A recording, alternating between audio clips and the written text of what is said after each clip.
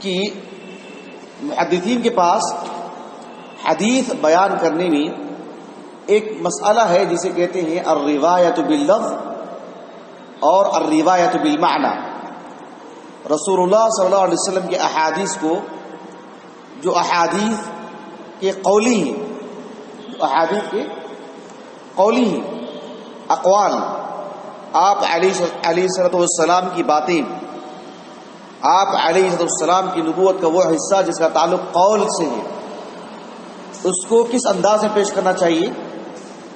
جس انداز میں جس لفظ کے تحت رسول اللہ نے بیان کیا صلی اللہ علیہ وسلم، جس ترتیب سے جو لفظ آپ نے فرمایا، جس ترتیب سے بیان فرمایا، تقدیم اور تاخیر کیے بغیر، حدیث میں نہ بڑھانا ہے، نہ نقص کرنا ہے، گھٹانا ہے، نہ حدیث کو مختصراً پیش کرنا ہے.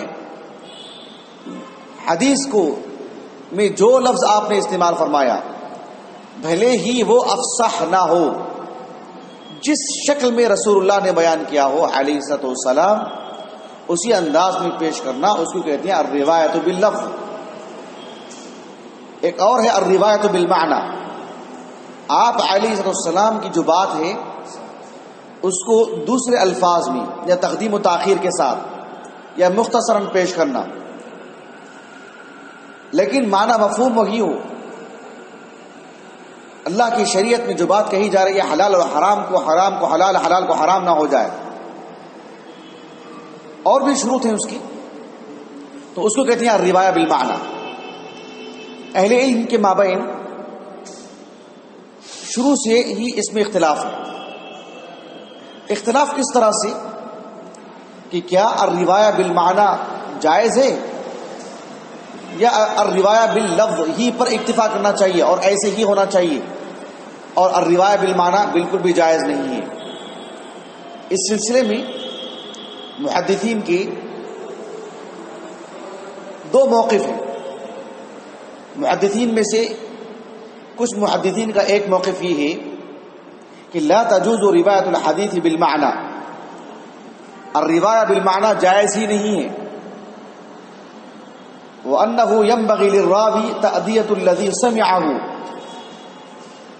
بِحُرُوفِهَا دُونَ تَدَخُّلٍ مِّنْهُ، کہ آپ علیہ السلام سے جس طرح سنے ہیں حرف حرف کو اسی طرح سنانا چاہیے جس طرح سے رسول اللہ نے کہا ہے صلی اللہ علیہ وسلم. اس میں تدخل نہیں ہونا چاہیے، اپنی طرف سے زیادتی، کوئی لفظ زائد کوئی لفظ کم، اپنی طرف سے حدیث کو مختصر کر دینا، ایسا نہیں ہونا چاہیے. تقدیم و تاخیر اپنی جانب سے، اللہ کے رسول نے ایک کلمہ کہے ہو ہم اس کا متبادل کلمہ کہہ رہے ہیں، ایسا نہیں ہونا چاہیے. ایک موقف ہے. ایک دوسرا موقف کیا ہے کہ الروایہ بالمعنی جائز ہے لیکن بشروط. الروایہ بالمعنی جائز ہے لیکن چند شروط کے ساتھ. اب اس اعتبار سے دو متضاد موقف ہیں. ایک میں قطعاً جائز نہیں، ایک میں جائز تو ہے لیکن شروط کے ساتھ، یعنی مطلقاً جواز والی بات نہیں ہے. ایک بات یہ بھی ہے کہ الروایہ باللفظ، الروایہ بالمعنی، اس سلسلے میں اہل علم کا اتفاق ہے کہ جو یہ کہتے ہیں کہ الروایہ بالمعنی جائز ہے، وہ تو صاف لفظوں میں کہتے ہیں کہ جائز ہے اس شخص کے لیے جسے عربی زبان پر دسترس حاصل ہو، عربی زبان کے مفردات، مرکبات، عربی زبان کے اسالیب، ان سب پر اسے اچھی طرح پکڑ ہو. اگر کوئی اس سے بے بہرا ہو، اس سے جاہل ہو، نادان ہو، اس کا علم نہ ہو عربی زبان سے متعلق، اس کے لیے تو متفقہ طور پر کوئی بھی اس کی جواز کے قائل نہیں. وہ بھی قائل نہیں ہے جو یہ کہتے ہیں کہ الروایہ بالمعنی لفظ ہونا چاہیے، اور وہ بھی قائل نہیں ہے جو کہتے ہیں کہ الروایہ باللفظ جائز ہے، بالمعنی جائز ہے. وہ بھی نہیں کہتے اس بات کو. جو عربی زبان سے واقف نہیں ہے اس کو اس میدان سے کوئی علاقہ نہیں کہ وہ الروایہ بالمعنی حدیث پیش کرے. قطعاً لا يجوز له. بات واضح ہوگی آپ کو. جی اب رہا مسئلہ المانعون، جو لوگ منع کرتے ہیں وہ کس بنیاد پر منع کرتے ہیں؟ یہ حافظ ابو بکر الخطیب البغدادی رحمہ اللہ، احمد بن علی بن ثابت 463 ہجری سے وفات ہے، ان کی جو کتاب ہے الکفایۃ فی معرفت اصول علم الروایہ،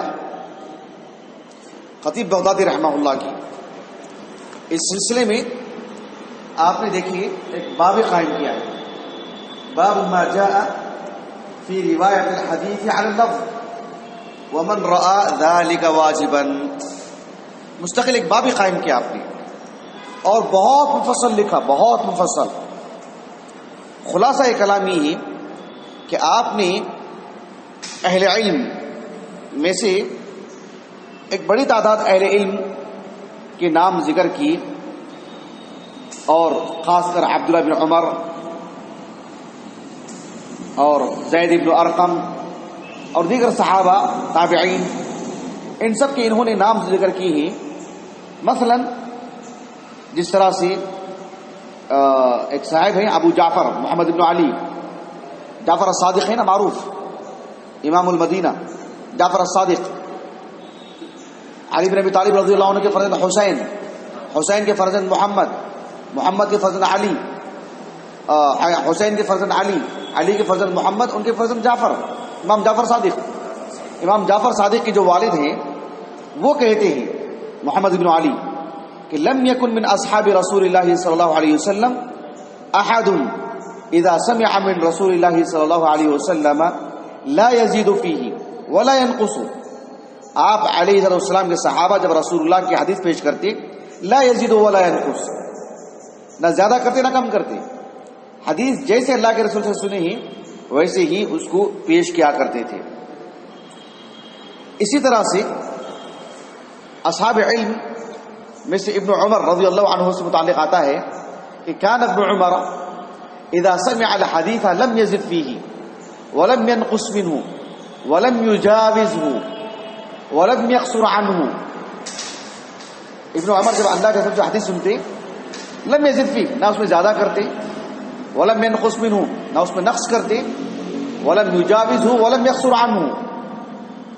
اب اس سلسلے میں ابن الملقن رحمہ اللہ کی جو صحیح بخاری کی شرح ہے نا توضیح، اس میں آپ نے قتادہ کا بھی نام لکھا ہے، کس کا؟ قتادہ کا، اور اس حدیث کے راوی قتادہ ہیں۔ اس حدیث کے راوی کون ہیں جو ہم پڑھنے جا رہے ہیں؟ قتادہ ہیں۔ آپ نے اس حدیث کو ایک مرتبہ ایسے سنایا اور ایک مرتبہ ایسے سنایا، آپ نے اچھی طرح بات ہو جائے گی آپ کو۔ تو قتادہ ابن دعامہ رحمہ اللہ بھی اس میں ان کا نام لیا جاتا ہے۔ سفیان ابن عیینہ، محمد ابن علی ابن حسین ابن علی زین العابدین، نہیں عفوا باقر، محمد الباقر، ان سب اصحاب علم سے متعلق یہی بات آتی ہے۔ زید ابن ارقم، آپ سے کسی نے پوچھا الا تحدثنا، کہ اللہ کے رسول کی حدیث نہیں بیان کرتے آپ ہم کو؟ کہا کہ قد کبرنا و نسینا، بھئی ہماری عمر بڑھ گئی ہے، ہم نے بھول گئے ہیں حدیثوں کو۔ یعنی کیسے بھول گئے ہیں؟ والحدیث عن رسول اللہ صلی اللہ علیہ وسلم شدید، اللہ کے رسول کی حدیث کو پیش کرنا بہت بہت سنگین کام ہے، آسان کام نہیں ہے۔ بات واضح ہے آپ کو؟ اب ہو بہو الفاظ میں سنانا یہ ہمارے لیے مشکل مسئلہ ہے، یہ مقصود ہے ان کو۔ تو صحابہ کی ایک بڑی تعداد ایسی ہے جو بہت ہی گریز کیا کرتے تھے۔ ابو امامہ الباہلی سے متعلق آتا ہے رضی اللہ عنہ کہ لَيُحَدِّثُنَا الْحَدِيث كَالرَّجُلِ الَّذِي عَلَيْهِ أَن يُؤَدِّي مَا سَمِعَ، کہ اللہ کے رسول کی حدیثوں کو ایسی ہی سنایا کرتے تھے جیسے ایک شخص کسی بات کو ہو بہو نقل کرتا ہے کسی سے، جیسے ٹیپ ریکارڈ، بالکل ہو بہو ویسی۔ اب یہ سب چیزیں ایسی ہیں جو صحابہ میں رائج تھی، یہ سب اقوال خطیب بغدادی رحمہ اللہ نے اپنی سند سے نقل کی۔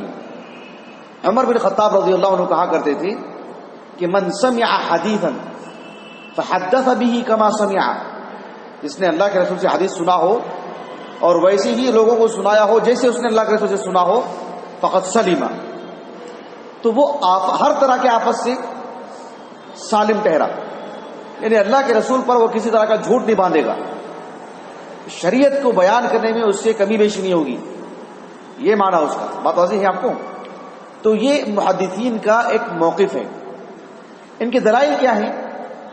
ان کے دلائل متعدد ہیں.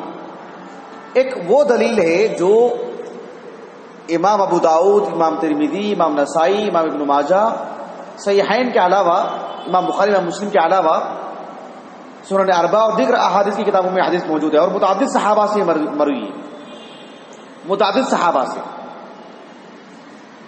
مسجد خیف مینا، وہاں اللہ کے رسول نے اس حدیث کو بیان کیا تھا علیہ السلام، معروف، نظر اللہ امرأ سمع مقالتی یا سمع منا حدیثا فأدى كما سمعه.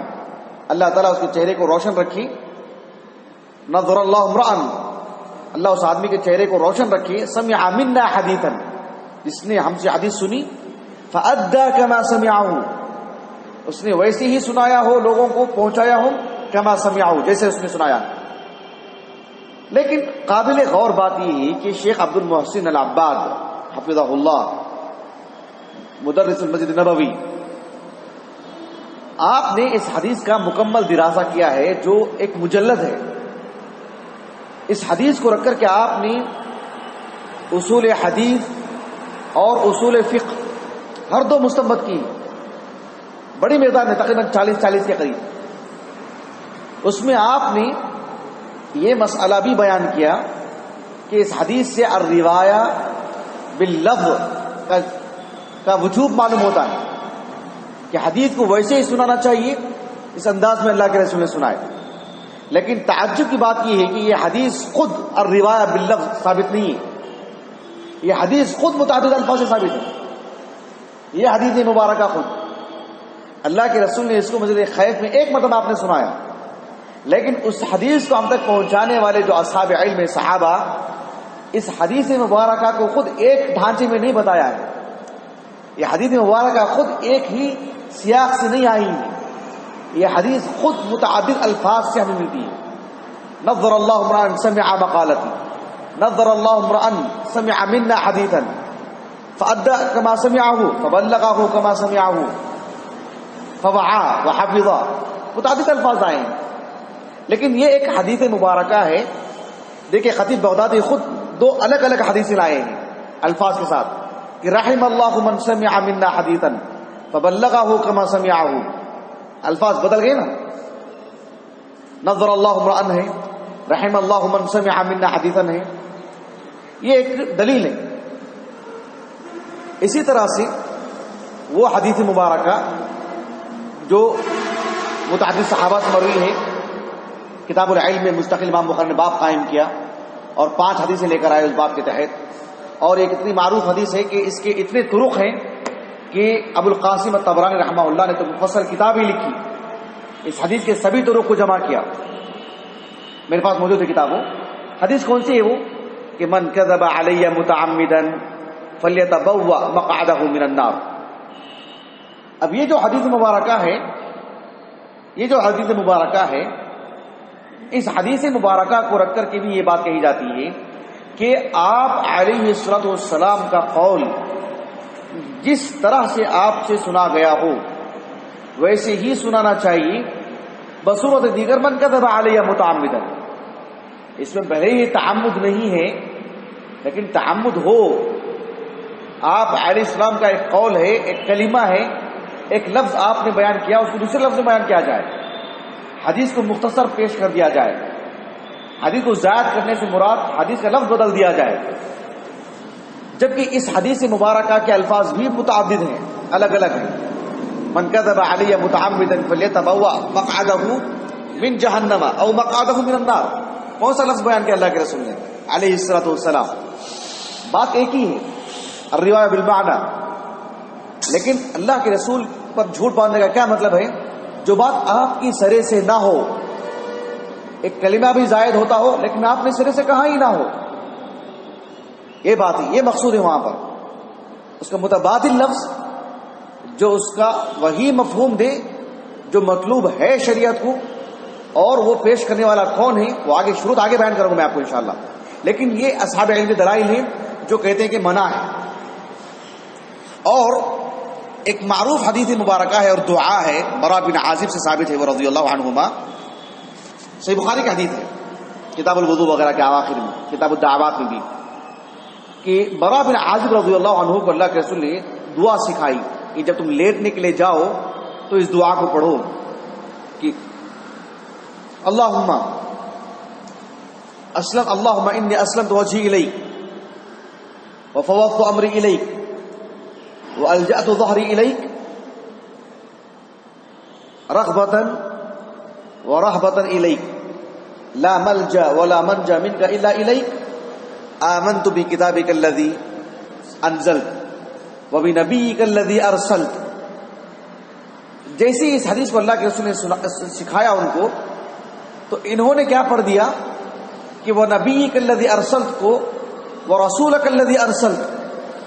اللہ کے رسول نے صلی اللہ علیہ وسلم ان کے سینے پر ہاتھ رکھا، کہا کہ نہیں ایسا نہیں، میں نے کہا نا وہ نبیک الذی ارسلت تو وہ نبی کا کہو.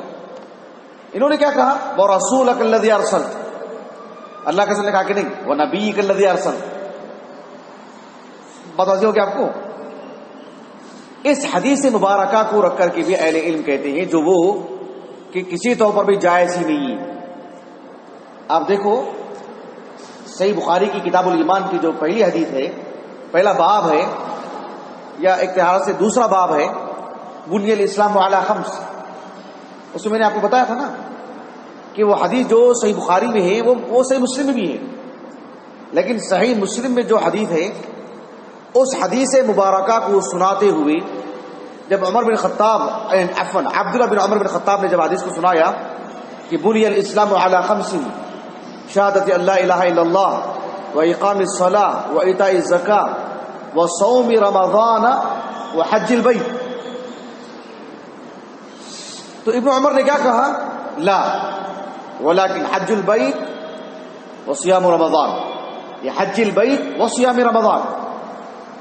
انہوں نے کیا کہہ دیا تھا؟ صیام رمضان و حج البیت. آپ نے کہا کہ لا، صرف اتنا نہیں کہا کہ لا، کہ حج البیت و صیام رمضان. ہاکذا قال رسول اللہ صلی اللہ علیہ وسلم، ہاکذا قال رسول اللہ صلی اللہ علیہ وسلم. یہ سب احادیث اس بات پر دلالت کرتے ہیں کہ آپ علیہ السلام کے احادیث کو جس انداز میں آپ نے سنایا ہے، آپ نے بتایا ہے، اسی انداز میں آگے بتانا چاہیے، آگے پہنچانا چاہیے. حتیٰ کہ بعض اہل علم کہتے ہیں کہ عربی زبان جو عام عربی زبان ہے جسے اہل اللغہ استعمال کرتے ہیں، لیکن حدیث کی زبان کہا کہ اس سے کچھ ہٹ کر کے اہل علم کہتے ہیں، جیسے خطیب بغدادی نے قول نقل کیا کہ لأہل الحدیث لغۃ ولأہل العربیۃ لغۃ ولغۃ اہل العربیۃ اقیس ولا نجد بدا من اتباع لغت اہل الحدیث من اجل السماع. کہ محدثین کی ایک زبان ہے اور اہل العربیہ کی ایک زبان ہے. اہل العربیہ کی زبان یعنی اہل اللغہ، ان کی زبان اقیس ہے. کیا مطلب؟ جیسے طالبن کی مؤنث کیا آتی ہے؟ طالبتن. مسلمن کی مؤنث مسلمتن. یعنی گویا کہ قیاس کیا نا آپ نے اس پر، قیاس کیا نا، یعنی ہم آپ کو سمجھا سکتے ہیں نا قیاس کا مطلب کیا ہوتا ہے، ہم آپ کو سمجھا سکتے ہیں. حافظہ کس وزن پر ہے؟ ہم کہہ سکتے ہیں کہ بھائی سمیعہ کے وزن پر ہے. قیاس کیا نا آپ نے اس پر. قیاس کا مطلب یہ ہے کہ سماعی نہیں ہے. ایک قاعدے کی روشنی میں آپ بھی سمجھ سکتے ہیں. سماعی کا مطلب کیا ہے؟ جیسے ہم اردو میں بالکل لکھتے نا، بالکل لکھتے کیسے ہیں ہم اس کو؟ بالکل لکھتے ہیں. پڑھتے کیسے ہیں؟ اس کو کیا کہتے ہیں؟ قیاس ہے. یہ قیاسی ہے، یہ کلمہ قیاسی ہے بلکہ سماعی ہے. آپ کیوں اس کو بالکل پڑھ رہے ہیں؟ ہم نے ایسے ہی سنا ہے.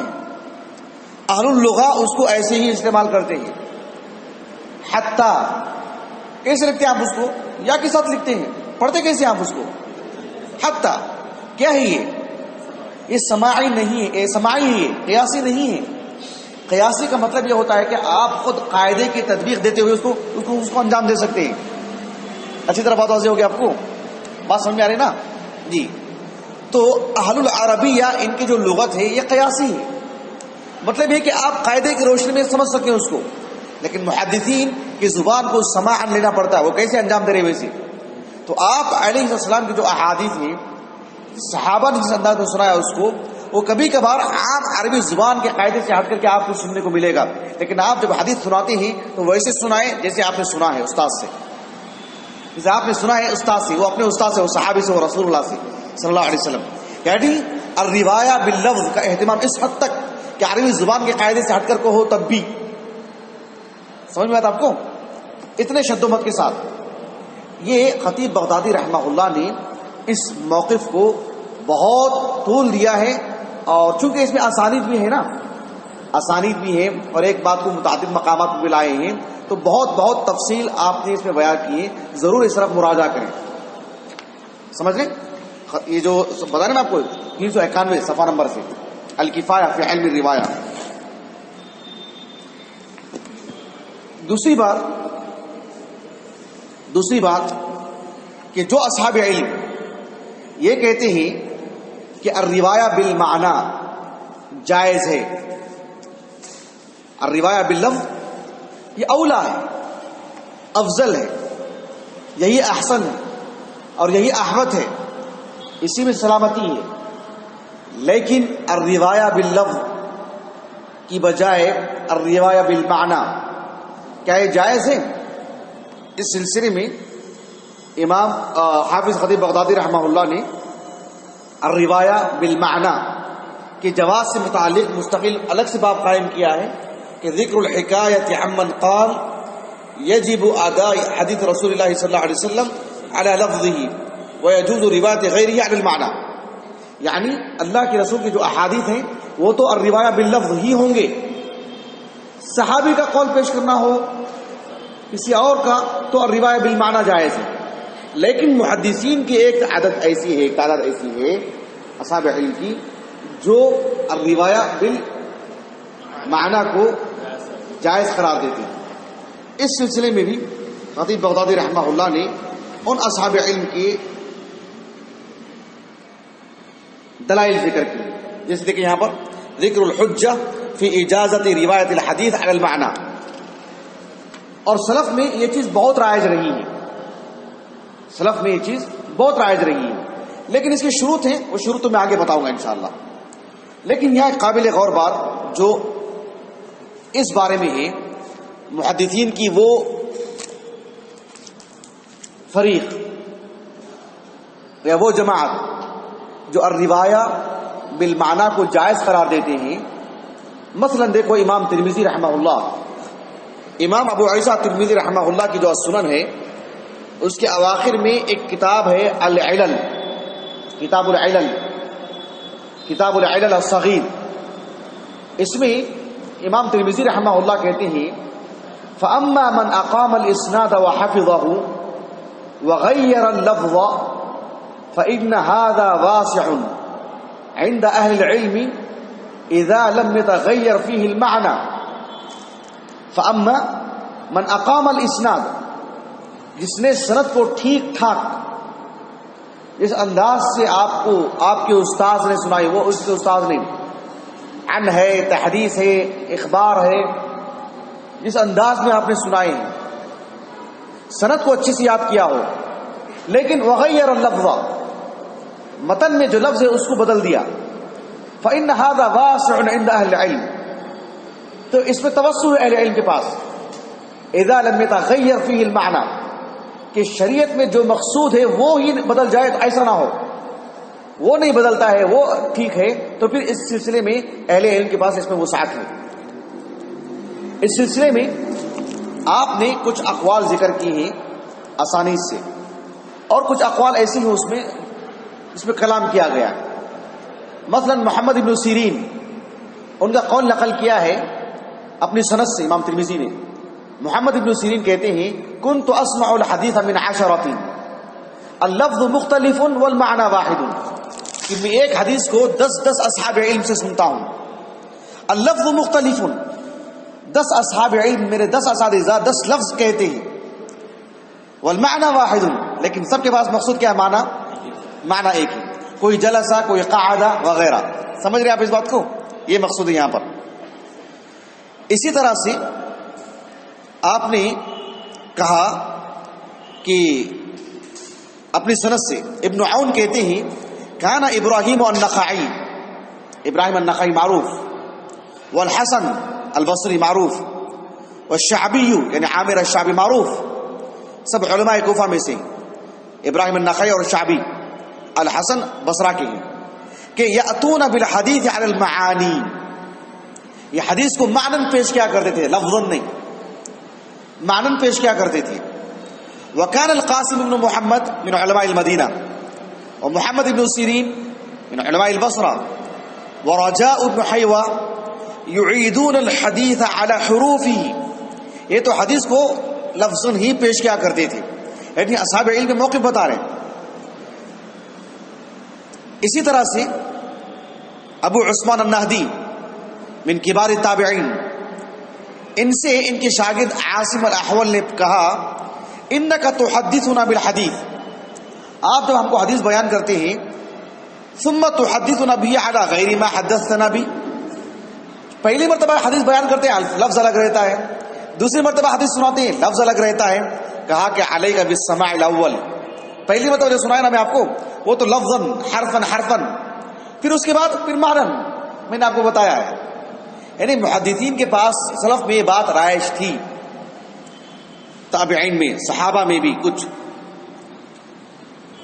حسن بصری رحمہ اللہ کہتے ہیں اذا اصبت المعنى اجزاک، معنی آپ نے لحاظ کر لیا اس کا تو وہ آپ کے لیے کفایت کر جاتی ہے، وہ آپ کے لیے جائز ہے. اس سلسلے میں بہت اقوال ہے، کتنا طول دیں ہم. عبداللہ بن مبارک، امام مجاہد معروف، امام مجاہد رحمہ اللہ کہتے ہیں انقص من الحدیث ان شئت، حدیث کو آپ مختصر کر کے پیش کرو لیکن ولا تزد فی. ہاں مطلب کیا ہوا کہ کہیں نہ کہیں الروایہ بالمعنی کے جواز سے متعلق اہل علم کا یہ جو موقف ہے وہ ہمیں معلوم ہوتا ہے. بلکہ امام وکیع رحمہ اللہ جن کا حفظ و اتقان آسمان کو چھوتا ہے، پہاڑ کی طرح حفظ و اتقان ہے ان کا، وہ کہتے ہیں کہ ان لم يكن المعنى واسعا فقد هلك الناس، اگر الروایہ بالمعنی کو سکیڑ دیا جائے، الروایہ باللفظ کی شرط ہی لگا دی جائے تو پھر کوئی بھی آپ کو حدیث رسول اللہ کی پہنچ ہی نہیں سکتے آپ تک صلی اللہ علیہ وسلم، سب گریز کریں گے، یہ نہیں ہو سکتا. اتنی مقدار میں احادیث، اچھی طرح بات واضح ہو رہی ہے آپ کو؟ تو یہ سب اقوال ہیں.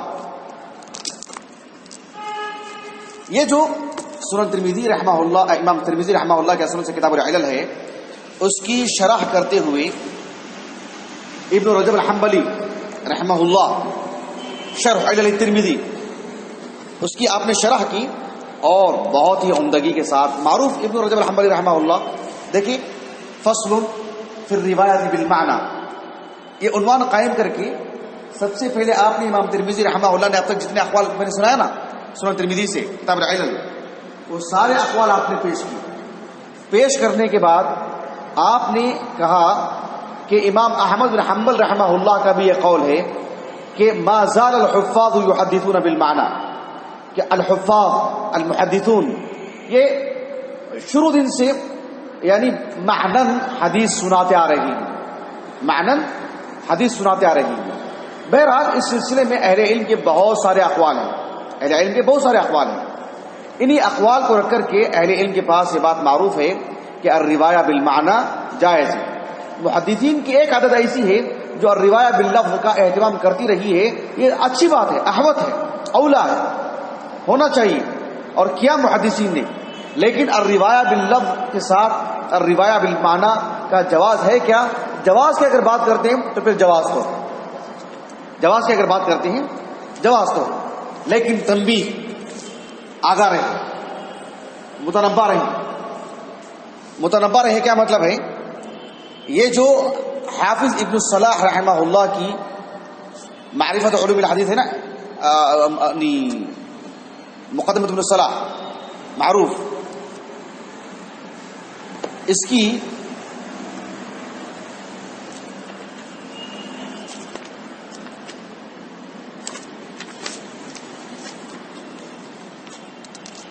چھبیس اس میں جو اقسام ہیں علوم الحدیث، النوع الاول، النوع الثانی، النوع الثالث، اس میں النوع السادس والعشرون 26ویں قسم، اس میں ابن الصلاح رحمہ اللہ نے کتابت حدیث اور حدیث کو اپنے استاد سے سن کر کے سنانا، ان سب تفصیلات کو بتاتے ہوئے ایک بات آپ نے کہی جو بہت ہی دلچسپ ہے اور حیران کن ہے اور قابل غور ہے، متنبہ رہی، کہ جو ہم اس مسئلے کو پڑھ رہے ہیں نا، الروایہ بالمعنی جائز ہے نہیں جائز ہے، جو لوگ کہتے ہیں کہ جائز نہیں ہے وہ تو مسئلہ الگ ہی ہے، جو لوگ جائز کے قائل ہیں، جواز کے قائل ہیں، جو لوگ جائز کہتے ہیں المجیزون، اس سلسلے میں یہ بات آپ اچھی طرح جان لیں، جیسے کہ ابن الصلاح نے کہا کہ ثم ان هذا الخلاف لا نراه جاريا ولا اجراه الناس فيما نعلم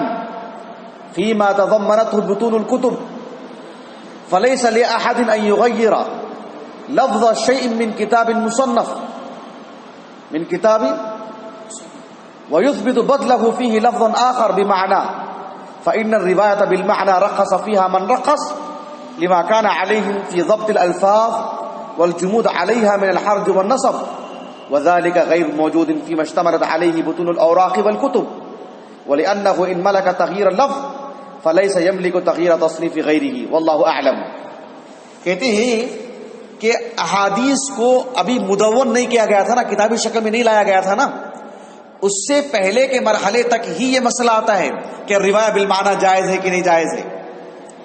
جب احادیث کو اسانید کے ساتھ کتابوں میں داخل کر دیا گیا، اب وہاں پر الروایہ بالمعنی کی بات نہیں آتی. اب آپ صحیح بخاری کھولو تو جیسے ویسے لکھو، اب وہاں سے بھی پڑھ کے آپ الگ سے کیا سنائیں گے الروایہ بالمعنی، پھر تو پوری کتاب ہی بدل جائے گی. اب صحیح بخاری، اب تو اللہ کے رسول کے جو اقوال میں جو الروایہ بالمعنی کا لحاظ کیا گیا ہے، اب صحیح بخاری کو آپ سناتے ہوئے الروایہ بالمعنی کا لحاظ کریں گے، اب صحیح بخاری بدل جائے گی. اس کو رکھ کر کے ترتیب دیں گے تو صحیح بخاری کا ایک نیا نسخہ سامنے وجود میں آ جائے گا، اور کوئی دوسرے اور الفاظ میں سنائے گا تو دوسرا نسخہ آ جائے گا صحیح بخاری کا. صحیح مسلم کے 10 نسخے ہو جائیں گے، 10 الگ الگ، سمجھ رہے؟ تو کتابیں مدون ہونے سے پہلے، تدوین الحدیث سے پہلے کے مرحلے میں یہ بات ہے، تدوین الحدیث کے مرحلے کے بعد نہیں. جب احادیث کتابوں میں آ چکی ہیں، ابھی آپ کو مسند احمد سے ہو بہو یوں نقل کرنا ہے، یوں یاد کرنا ہے، وہاں سے دیکھ کے سنانا ہے آپ کو. آپ ہو بہو یاد نہیں کر پاتے ہیں کیونکہ وہ دور کیا تھا، حدیث کو سنانے کا، حدیث کو پہنچانے کا، اور اس میں اتنی بیشتر احادیث الروایہ باللفظ آسان نہیں تھا سبوں کے لیے. تو الروایہ بالمعنی اس کی شروع ہے، وہ آگے بتاؤں گا انشاءاللہ، لیکن یہ بات سامنے رکھے ہیں آپ لوگ.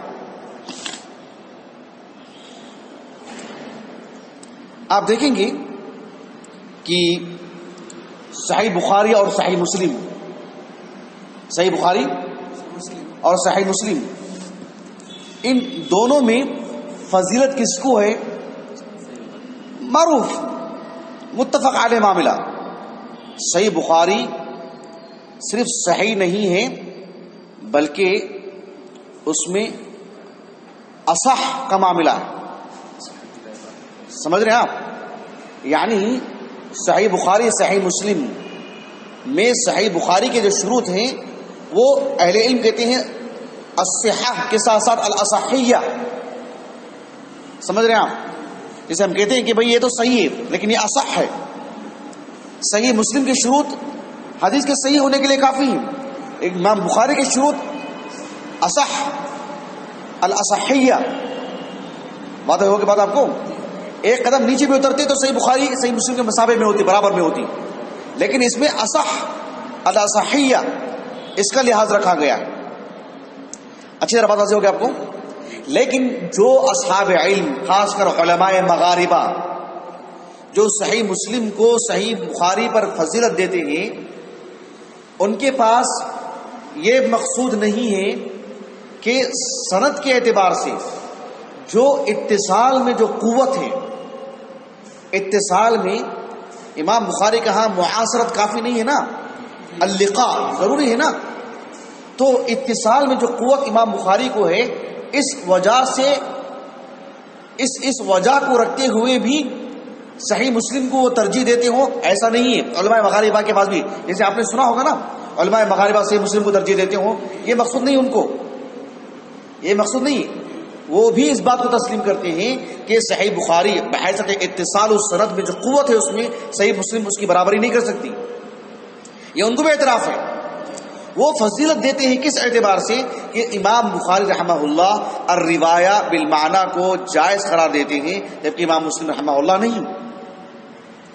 اس پس منظر میں سمجھ لیں، ابن الصلاح رحمہ اللہ کی جو مقدمہ السلام جو معروف ہے علوم الحدیث، ابن الصلاح کے علوم الحدیث، اس کی جو پہلی قسم حدیث صحیح سے متعلق ایک بات جو مجھے بتانا ہے وہ یہ کہ ابن حجر رحمہ اللہ کی جو النکت ہے نا، النکت، اس میں بڑی پتہ کی بات لکھی ابن حجر نے رحمہ اللہ کہ صحیح بخاری میں جو الروایہ بالمعنی ہے نا، کثرت سے آپ دیکھ رہے ہیں نا، جس کی واضح مثال آج ہم پڑھ رہے ہیں، کہا کہ ایسا ہوا کیوں صحیح بخاری کے اندر، اس کی بہت اچھی توجہ کی امام ابن حجر نے رحمہ اللہ. ابن حجر رحمہ اللہ کہتے ہیں کہ ان البخاری صنف کتابہ فی طول رحلتہ، امام بخاری رحمہ اللہ اپنے الجامع الصحیح کو اپنے رحلات، اپنے سفر کے دوران میں ترتیب دیا. فقد روینا عنہ انہ قال رب حدیث سمعتہ بالشام فکتبتہ بمصر، آپ ملک شام میں اپنے استاد سے حدیث سنے ہوتے، مصر میں جا کر کے لکھتے اس کو. ورب حدیث سمعتہ بالبصرہ فکتبتہ بخراسان، بصرہ میں اپنے استاد سے لکھتا اور خراسان میں جا کے اسے وہاں جا کر کے لکھتے، سنتے بصرہ میں، لکھتے خراسان میں. فكان لأجل هذا ربما كتب الحديث من حفظه فلا يسوق الفاظه برمتها بل يتصرف فيه ويسوقه بمعناه.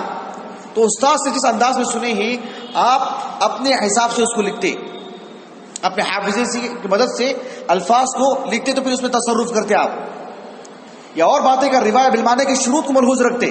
امام بخاری ہیں آپ رحمہ اللہ.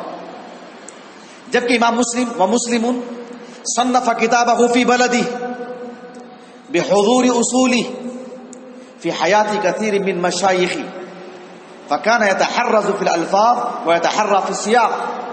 امام مسلم اپنے شہر میں ایک جگہ بیٹھ کر، اور جو آپ نے اپنے اساتذہ سے جو سنا ہے، جو لکھا ہے، سب اصول آپ کے سامنے موجود ہیں. اصول اور فروع حدیث کے باب میں کیا مطلب ہے، یعنی وہ جو آپ نے اصلاً حدیث سے استاد کا لکھا ہوا آپ کے سامنے، استاد سے جو املا کروایا یا استاد کا لکھا ہوا اصول آپ کے پاس ہے، کسی سے لکھا ہوا نہیں. اور پھر آپ کے اساتذہ کی کثرت ہے، ان کے مابین آپ نے اس کو ترتیب دیا، تو پھر آپ نے اس میں اس بات کا پورا خیال رکھا کہ اس کو ایک سیاق سے نقل کریں، ایک ترتیب سے نقل کریں، ایک موضوع کے تحت نقل کریں. حالانکہ ایک حدیث میں 20 مسائل ہوتے ہیں، لیکن اکثر مسائل کس میں مجتمع ہوئے ہیں، اس حدیث میں زیادہ مسائل کس موضوع سے متعلق ہیں، وہاں اس کو لا کر کے داخل کیا آپ نے. بات واضح ہے آپ کو. تو امام بخاری رحمہ اللہ، آپ کے پاس جو احادیث تھی نا آپ کی یادداشت میں، آپ نے انہی سے مسائل کو مستنبط کیا، تو آپ نے روایہ بالمعنی کو ملحوظ رکھا، الگ الگ جگہ لے کر کے آیا. جبکہ امام مسلم کو مقصود نہیں تھا، امام مسلم تو ایک جگہ نقل کر دیا اس کو آپ نے. بات واضح ہے آپ کو. یہ ایک بنیادی بات، صحیح بخاری پڑھ رہے ہیں تو اس کو ہم سمجھنا ضروری ہے. چلیے، جو اہل علم نے شروط بیان کی ہیں، ان شروط کا کچھ شروط کا تعلق راوی سے ہے، کچھ شروط کا تعلق الروایہ سے ہے. راوی سے متعلق کیا شرط ہے؟ 2 شرطیں ہیں. ایک شرط یہ ہے کہ ان یکون عالما بلغات العرب بصیرا بالمعانی عالما بما یحیل المعنى وما لا یحیل، یعنی عربی زبان پر اچھی طرح پکڑ ہونی چاہیے، گرفت ہونی چاہیے، درک ہونا چاہیے. ہر لفظ کا معنی کیا ہے، کیا باریکی ہے اس میں، ترادف، مترادفات، اس کے اشتقاقات، پھر عربی زبان کے اسالیب، ان سب پر اس کو بصیرت ہونی چاہیے، انتہائی درجے کا علم چاہیے. اور پھر لفظ کے ذرا سے بدلنے سے معنی میں کتنا فرق آتا ہے اسے اچھی طرح معلوم ہونا چاہیے. یہ راوی کے لیے ضروری ہے. اسی طرح سے راوی کے لیے ایک شرط یہ ہو گئی, یہ بھی شرط ہے ای اللہ یکون الراوی حافظا للفظ الحدیث حین ادائه له ولكنه عالم بفحواه مستحضر لمعناه. ایسا نہ ہو کہ حدیث کو سنتے وقت وہ حدیث کے الفاظ کو تو یاد کر لیے ہوں, حدیث کے دوسری بات دیکھ رہے ہیں آپ کتنی دقیق ہے.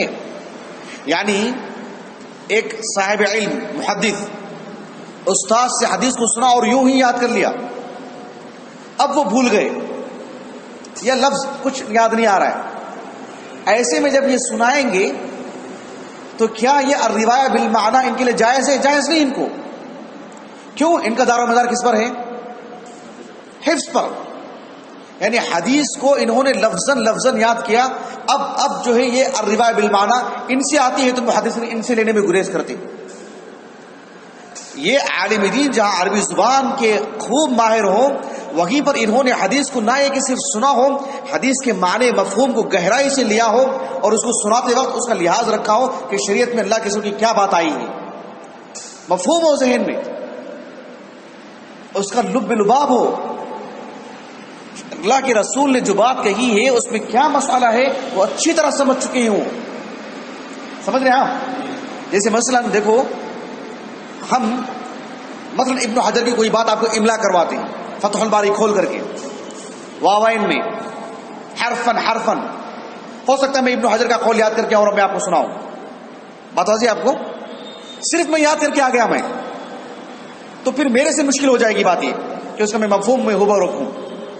لیکن میں نے ابن حجر کے قول کو یاد نہیں کیا, لیکن اس اقتباس کو اچھی طرح سمجھ گیا کہ کتنی بات بتائی جا رہی ہے اس میں, کیا بات بتائی جا رہی ہے اس میں, کون سی بات بتائی جا رہی ہے اس میں.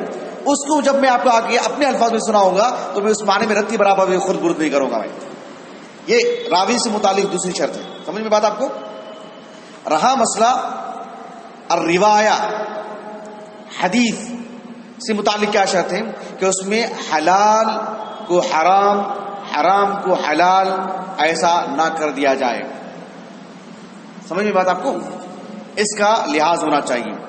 اور یہ بھی اہل علم بتاتے ہیں کہ ان یکون قبل عصر التدوین, کتابوں کو مدون کرنے سے پہلے کا مرحلہ ہو, ان سے ملتی ہے تو بات حد تک, اس کے بعد کے لیے نہیں.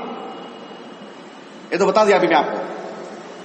تیسری شرط یہ ہے کہ وہ احادیث یا وہ نصوص, اللہ کے رسول کے وہ اقوال صلی اللہ علیہ وسلم جس میں آپ علیہ الصلوۃ والسلام نے دعائیں سکھائے ہیں, دعائیں, اس میں الروایہ بالمعنی جائز نہیں. یا آپ کے وہ اقوال جو جوامع الکلم ہیں اس میں بھی الروایہ بالمعنی سے مکمل طور پر اجتناب کرنا چاہیے. لیکن یہ اتنی کڑی شرط نہیں ہے. یہ بہرحال کچھ باتیں تھیں الروایہ بالمعنی, الروایہ باللفظ سے متعلق. آپ اس موضوع کو پڑھیں, جو میں نے حوالے جات دیے ہیں دوبارہ دیکھیں کریں. اور میں ایک لفظ میں بتانے سے بات واضح نہیں ہوتی, اس لیے میں نے